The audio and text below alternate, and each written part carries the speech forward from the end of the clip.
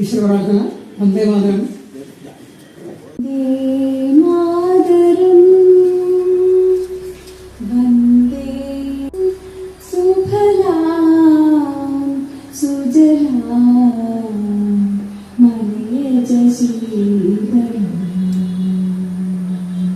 സസ്യശ്യാമളാ മാതരം വന്ദേ മാതരം. ശുഭ്രജ്യോത്സ്ന പുളകിതയാമിനി പുല്ലകുപിനി സുഹാസിനി സുമധുരഭാവരദാം മാതരം വന്ദേ മാതരം.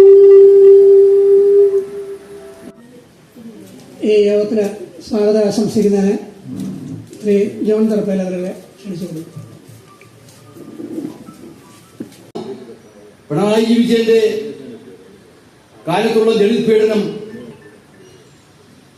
അതിന്റെ പരിണിത ഫലമാണ് പിണറായി വിജയന്റെ അധികാരത്തിൽ തൂത്തെറിഞ്ഞത് എന്നുള്ളത് നമുക്ക് മനസ്സിലാക്കാൻ കഴിയും.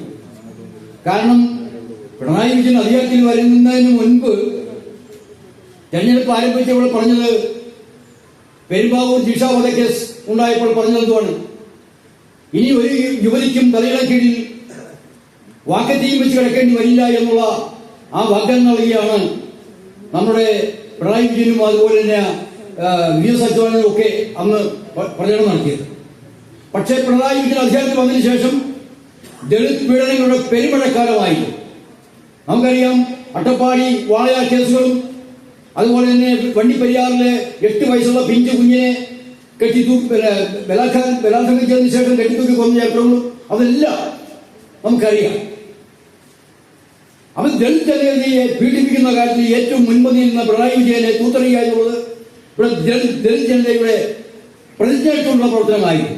അതിന്റെ ഫലമാണ് ഇന്ന് പിണറായി വിജയൻ ഇന്ന് പ്രതിപക്ഷത്തിരുന്ന് അനുഭവിക്കുന്നത്. ാണ് ഈ ദളിത് കോൺഗ്രസ്. അന്ന് ദളിത് കോൺഗ്രസ് നല്ല പേര് ഭാരതീയ അധികൃത വർഗത്തിലേക്ക് BDC എന്നാണ് ആ പേര്. കാരണം ആ സംഘടനയുടെ ജഗജീവറാമാണ് ഈ സംഘടന കെട്ടിപ്പടുത്തത്. ആ ജഗജീവറാനെ കെട്ടിപ്പടുത്തി കഴിഞ്ഞപ്പോൾ അതിന് സംഘടിത ശക്തി കണ്ടു കഴിഞ്ഞപ്പോൾ ഇന്ത്യൻ നാഷണൽ കോൺഗ്രസിന് മനസ്സിലായി ദളിത് ജനതയെ ചേർത്ത് നിർത്തിയില്ല എങ്കിൽ ചേർത്ത് നിർത്തേണ്ടത് ഉചിതമായ മാറ്റങ്ങൾക്ക് വിധേയമായിക്കൊണ്ടാണ് നമ്മുടെ ദളിത് കോൺഗ്രസ് എന്ന പേരിലായി മാറ്റിയിരിക്കുന്നത്. ഞാനിപ്പോഴും പറയുന്നു, ഇന്ത്യൻ നാഷണൽ കോൺഗ്രസ് ജഗജീവറാമിനെ പോലെയുള്ള ആളുകളെയും അതുപോലെയുള്ള ഇത് കൊടുക്കുന്നുണ്ട്, ഇങ്ങനത്തെ കൊടുക്കുന്ന സുരക്ഷ വരെ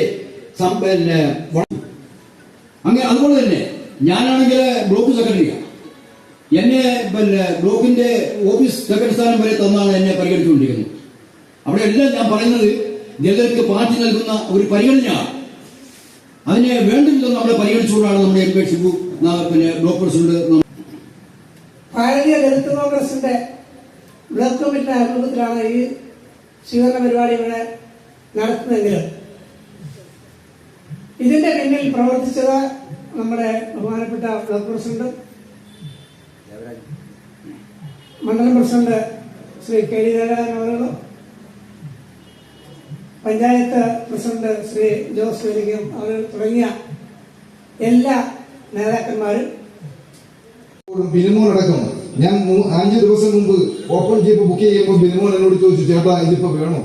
ഞാൻ പറഞ്ഞു അത് വേണം, നമുക്ക് സ്വീകരണം ജയിച്ച് നമുക്ക് MLAക്ക് സ്വീകരണം ആവശ്യമാണ്. അത്ര കൃത്യമായി നമുക്ക് അതിന്റെ വികാരം മനസ്സിലാക്കാൻ തെരഞ്ഞെടുപ്പ് പ്രചരണ രംഗത്തിലൂടെ കടന്നു പോകുമ്പോൾ നമുക്ക് കൃത്യമായി അറിയാമായിരുന്നു. വൈക്കം സത്യാഗ്രഹത്തിൽ ഇന്ത്യൻ നാഷണൽ കോൺഗ്രസ് എത്തിപ്പെടുന്നതിനേ മുമ്പ് വൈക്കം സത്യാഗ്രഹത്തിൽ നേതൃത്വം നൽകിയ പുതിയ വിഭാഗത്തിന്റെ ഒരു വലിയ മുന്നേറ്റത്തിന്റെ ചരിത്രമുണ്ട്. ആ ചരിത്രമെല്ലാം ചേർത്ത് പിടിച്ചുകൊണ്ട് ഈ മണ്ണിൽ പണിയെടുക്കുന്ന ആളുകളുടെ ഈ പ്രസ്ഥാനം എന്ന നിലയിൽ ദളിത് കോൺഗ്രസിന് അത് വലിയ സാധ്യതകളുണ്ട്. ആ പ്രസ്ഥാനമാണ് നാളുകളിൽ ഈ കേരളത്തിനും ഇന്ത്യ രാജ്യത്തിനും നേതൃത്വം നൽകുന്നത്. ഇന്ത്യൻ നാഷണൽ കോൺഗ്രസിന്റെ നേതൃത്വത്തിൽ അത്തരം നേതാക്കന്മാരെ KR നാരായണൻ അടക്കമുള്ള നേതാക്കന്മാരെ ഉയർത്തിക്കൊണ്ടുവന്നിട്ടുള്ള ഒരു ചരിത്ര പാരമ്പര്യം നമുക്കുണ്ട്. അയ്യൻകാളിയുടെ ഓർമ്മകൾ നിൽക്കുന്ന മണ്ണാണ്, കർഷക സമരങ്ങൾ നടന്ന മണ്ണാണ്. ഈ മണ്ണിൽ ദളിത് കോൺഗ്രസിന് ഇനിയും ഏറെ പ്രസക്തിയുണ്ട്. ഗ്രാമപഞ്ചായത്ത് വൈസ് പ്രസിഡന്റ് ശ്രീ ലളിത സുഭാഷിനെ ക്ഷണിച്ചു.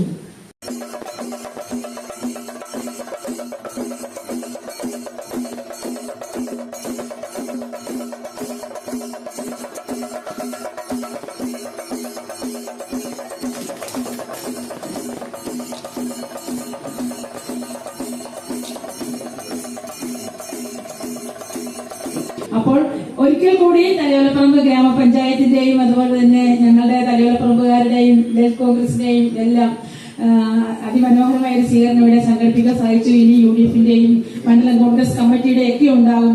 അപ്പോൾ ഒരിക്കൽ കൂടി നമ്മുടെ തലയോലപ്പറമ്പിന്റെ വികസനം മാത്രമല്ല, നമ്മുടെ വൈക്കം നിയോജക മണ്ഡലത്തിന്റെ വികസനത്തിന് നല്ല ചുക്കാൻ പിടിക്കുന്ന ഒരു MLA ആണ്. നമുക്കറിയാം, ഇവിടെ നമ്മുടെ പ്രസിഡന്റ് സൂചിപ്പിച്ചതുപോലെ തന്നെ ഞങ്ങൾ താലൂക്ക് വികസന സമിതിയിൽ പങ്കെടുത്തായിരുന്നു.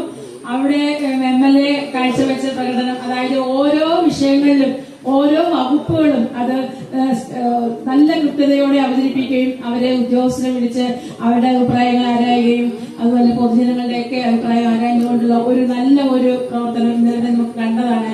അതിന് മുന്നോട്ട് പോകട്ടെ എന്ന് നമ്മൾ ഈശ്വരനോട് പ്രാർത്ഥിക്കുകയാണ്. എല്ലാവർക്കും എല്ലാവിധ ആശംസകൾ അർപ്പിച്ചുകൊണ്ട് നമ്മുടെ ബിനിമോൻ ഒരിക്കൽ കൂടി ഹൃദയം നിറഞ്ഞ അഭിനന്ദനങ്ങൾ അറിയിച്ചുകൊണ്ട് എന്റെ മക്കൾ നിർത്തുന്നു. എല്ലാവർക്കും നന്ദി, നമസ്കാരം. ആദ്യമായിട്ട് സ്വീകരണം കൊടുക്കുന്നത് നിങ്ങളാണ് അല്ലേ? അതെ, ദളിത് കോൺഗ്രസ് ആണ്. UDFന്റെയും മണ്ഡലം കമ്മിറ്റിയുടെയൊക്കെ സ്വീകരണം വരാൻ പോകുന്നത് നല്ല രീതിയിൽ ഈ സംഘടന പ്രവർത്തിക്കുന്നുണ്ട് എന്നുള്ളതിന്റെ തെളിവും കൂടിയാണ്. നമ്മുടെ MLAക്ക് എന്റെ വൈസ് പ്രസിഡന്റ് ഒരു പൊന്നാട അടിച്ചപ്പോൾ പലരും പറഞ്ഞ് കൈക്കൂലിയാണെന്ന് പറഞ്ഞു. ഞങ്ങൾക്ക് അങ്ങനെ കൈക്കൂലി തരേണ്ട കാര്യമൊന്നുമില്ല. അർഹതപ്പെട്ടത് നമുക്ക് കിട്ടിയാൽ മതി. MLA അങ്ങനെ കൈക്കൂലി വാങ്ങിക്കുന്ന ആളുമല്ലെന്ന് ഞങ്ങൾക്കറിയാം. അതായത് പഞ്ചായത്തിൽ നിന്ന് പ്രവർത്തിച്ച് കയറി വന്ന ആളാണ്. അതിന്റെ ഓരോ പ്രവർത്തനം കാണുമ്പോഴും അറിയാം ഇതെല്ലാം പഠിച്ചിട്ടാണ് മുകളിലേക്ക് കയറിയെന്ന്. ഞങ്ങൾ തമ്മിൽ അധികം ദിവസത്തെ പരിചയമില്ല. എന്നിരുന്നാലും ചില ഫയലുകൾ കൊടുക്കുമ്പോൾ നമുക്കറിയാം ഇതെങ്ങനെ പോണേന്നൊക്കെ അറിയാം. ഇന്നലത്തെ താലൂക്ക് സഭ നിയന്ത്രിച്ചപ്പോൾ തന്നെ എനിക്ക് കാര്യം മനസ്സിലായി. ചെറുതായ കാര്യങ്ങളൊന്നും അങ്ങോട്ട് പറയണ്ട, നല്ല നല്ല കാര്യങ്ങൾ പറഞ്ഞാൽ മതി. തെറ്റിദ്ധരിപ്പിക്കുന്ന കാര്യങ്ങളൊന്നും പറയണ്ട. അതെല്ലാം പഠിച്ചിട്ടാണ് എത്തിയിരിക്കുന്നത് എന്ന് പറയുമ്പോൾ നമുക്ക് തന്നെ ഒരു അഭിമാനമുണ്ട്. നമ്മുടെ MLAയെ കുറിച്ച് നമുക്ക് അഭിമാനിക്കാം എന്നുള്ള കാര്യം എല്ലായിടത്തും നമുക്ക് പറയാം. അത്രയ്ക്ക് പഠിച്ചിട്ടാണ് കാര്യങ്ങളെന്ന് പറയുന്നത്. അതൊരു വലിയൊരു കാര്യം. കാരണം നമ്മളൊരു കാര്യം പറയുമ്പോൾ അതെന്താണെന്ന് മനസ്സിലാക്കാതെ വേറെ രീതി തെറ്റിദ്ധരിച്ചു പോയാൽ ആ പദ്ധതിയെ പൊളിഞ്ഞു പോകും, അല്ലെങ്കിൽ നമ്മുടെ ആ വർത്താനം തന്നെ പൊളിഞ്ഞു പോകും. അങ്ങനെ വരുന്നില്ല. എനിക്ക് മനസ്സിലായ ഒരു കാര്യമാണ്. കിടക്കുകയാണ്, കിട്ടാതെ കിടപ്പുണ്ട്. അതുകൊണ്ട് ആ കാര്യങ്ങൾ MLA ഭാഗത്തു നിന്ന് ഉണ്ടാകണമെന്ന് മാത്രം പറഞ്ഞുകൊണ്ട് ഈ സ്വീകരണ സമ്മേളനത്തിന് എല്ലാവിധ ആശംസകളും നേർന്നുകൊണ്ട് ഞാൻ വാക്കുകൾ നിർത്തുന്നു. നന്ദി, നമസ്കാരം.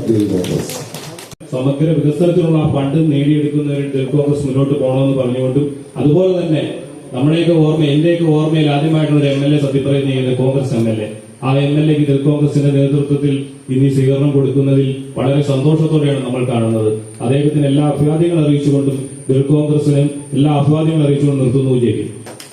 അതെ, അവർക്ക് യാതൊരുവിധ പ്രയോജനവും ലഭിക്കാതെ ഉള്ള അവസ്ഥയാണ്. ഒരു വീട് അനുവദിച്ചാൽ 4 ലക്ഷം രൂപയാണ് വീടിന് അനുവദിക്കുക. വീടും സ്ഥലവും ഇല്ലാത്തവർ ഒത്തിരി പേരുണ്ട്. ഇപ്പോ കോളനി എന്ന് പറയാൻ പല സങ്കേതങ്ങൾ, ആ സങ്കേതങ്ങളിൽ 3 സെന്റിൽ തറയ്ക്കപ്പെട്ട് അല്ലെങ്കിൽ തളയ്ക്കപ്പെട്ട് കിടക്കുകയാണ്. വരുമാന മാർഗങ്ങളൊന്നുമില്ലാത്ത അമ്മയും അച്ഛനും ഒരു മോനും ഒക്കെയുള്ള വീടുകൾ ഇപ്പോഴും അതിദാരിദ്ര്യത്തിലാണ് പോകുന്നത്. ഒരു പക്ഷേ ഇവിടെ ഇരിക്കുന്ന ഓരോരുത്തരുടെയും ഒക്കെ ഒരു പോരായ്മ അതിനകത്ത് ഉണ്ടാവാം. ഞാൻ ഉൾപ്പെടെ നമുക്ക് ചെയ്യുന്നതിനൊക്കെ ഒരു പരിധി ഉണ്ടാവാം. പക്ഷെ ഇവരെല്ലാം ചേർത്ത് പിടിച്ചുകൊണ്ട് വേണം നമുക്ക് മുമ്പോട്ട് പോകാൻ. അതുകൊണ്ട് ഈ ദളിത് സംഘടനകളെല്ലാം അതിനായി ശക്തമായി പോരാടണമെന്നാണ് എനിക്ക് ഈ വേദിയിൽ പറയാനുള്ളത്. ഞാൻ ഒരു ജനപ്രതിനിധിയായി എനിക്കൊരു അവസരം തന്നത് ഇവിടെ ഈ വേദിയിലും സദസ്സിലുമുള്ള എല്ലാവരും രാവും പകലും കഠിനമായി അധ്വാനിച്ച് നല്ലൊരു നാളേക്കായി അത് പ്രയോജനപ്പെടും എന്നുകൊണ്ട് തന്നെയാണ്. അപ്പൊ അതിന് ഒരു വലിയ ഉത്തരവാദിത്വമുണ്ട് എനിക്ക്. ആ ഉത്തരവാദിത്വം കൃത്യമായി നിറവേറ്റുവാൻ നിങ്ങളെല്ലാവരും എനിക്കൊപ്പം ഇനിയും ഉണ്ടാവണമെന്ന് വിനീതമായി അഭ്യർത്ഥിക്കുകയാണ്. അതുപോലെ തന്നെ ഇവിടെ എത്തിച്ചേർന്ന ജനപ്രതിനിധികൾ, എന്റെ പ്രിയപ്പെട്ട എന്റെ നമസ്കാരം.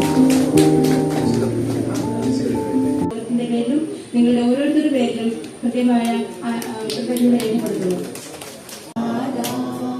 പഞ്ചാബ്, സിന്ധു, ഗുജറാത്ത്, മറാഠ, ദ്രാവിഡ, ഉത്കല, ബംഗ, വിന്ധ്യ, ഹിമാചല, യമുന, ഗംഗ, ഉജ്ജല, ജലധി, തരംഗ, തവ ശുഭ നാമേ ജാഗേ, തവ ശുഭ ആശിഷ മാഗേ, गाहे